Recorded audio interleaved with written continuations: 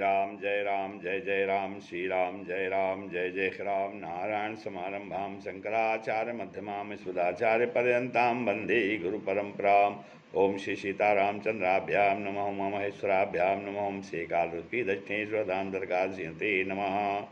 सत्संग के क्रम में आज नारद भक्ति सूत्र से 62वां सूत्र जो है लिया जा रहा है, जो कि देवर्षि नारद द्वारा रचित नारद भक्ति सूत्र के 84 सूत्रों में से 62वां सूत्र है। कहते हैं न तद सिद्धो लोक व्यवहारो हेयः किंतु फल त्यागस तत्साधनं च कार्यमेव। कहते हैं तत्सिद्धो, प्रेम सिद्धि के विषय में लोक व्यवहार, लौकिक व्यवहार न माने नहीं, हेया त्यागना चाहिए। प्रेम सिद्धि के विषय में लौकिक व्यवहार त्यागना नहीं चाहिए, किंतु परंतु फल त्याग, कर्म फल के त्याग और तत्साधन से लौकिक कर्म का अनुष्ठान कार्य में करना चाहिए। अर्थात कर्म फल का त्याग करना चाहिए और लौकिक कर्मों का अनुष्ठान करना चाहिए। तो कहते हैं कि भक्ति के साधन को ईश्वर में पूर्णतया आत्मनिवेदन की दृढ़ता होने से, भक्त के साधक को ईश्वर में पूर्णतया आत्मनिवेदन की दृढ़ता होने से पहले लोक व्यवहारों को नहीं त्यागना चाहिए, अर्थात लोक संसार के व्यवहार करते रहना चाहिए। नहीं तो वह दशा होगी कि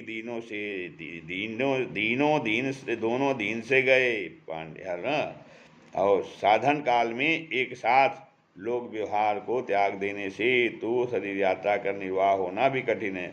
साधन काल में एक साथ लोक व्यवहार को त्याग देने से तो शरीर यात्रा का निर्वाह होना भी कठिन है। योगारूढ़ होने का अभिलाषी पुरुष कर्म त्याग का अधिकारी नहीं है। योगारूढ़ होने का अभिलाषी पुरुष कर्म त्याग का अधिकारी नहीं है, और जो योगारूढ़ हो जाता है वही कर्म को त्याग सकता है। जब तक योग में वृत्ति न जम जाए तब तक फल की इच्छा को त्याग कर सकल लौकिक कर्मों को अवश्य ही करता रहे। ऐसे करते करते चित्त शुद्ध हो जाता है, और शुद्ध चित्त पुरुष ही योग सिद्धि पा सकता है। भक्ति मार्ग में श्रद्धा होते ही योग में प्रवृत्ति होती है। जो सकल संकल्पों को त्याग कर सब प्रकार से शरणागत होता है वही श्रद्धालु है, वही लोक व्यवहार को त्याग सकता है। और कहते हैं श्रद्धालु भी 3 प्रकार का होता है, कनिष्ठ, मध्यम और उत्तम।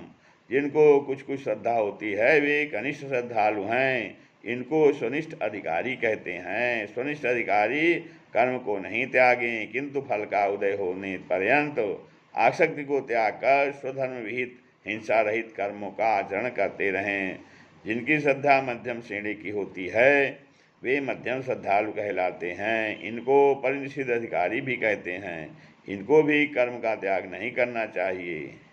यदि इनकी चित्त शुद्धि हो गई तब भी उसकी दृढ़ता के लिए कर्म करते रहें। यह यदि प्रतिष्ठावान हो तो लोक शिक्षा के लिए भक्ति प्रधान कर्मों का अनुष्ठान करें। ऐसे कर्मों फल की प्राप्ति पर्यंत करने चाहिए। जिनकी श्रद्धा तीव्र हो वे उत्तम श्रद्धालु हैं। ऐसे कर्म फल की त्याग जिनकी श्रद्धा तीव्र हो वे उत्तम श्रद्धालु हैं। उत्तम श्रद्धालु का नाम निरपेक्ष है। निरपेक्ष भक्त केवल मन में श्री भगवान की सेवा करें।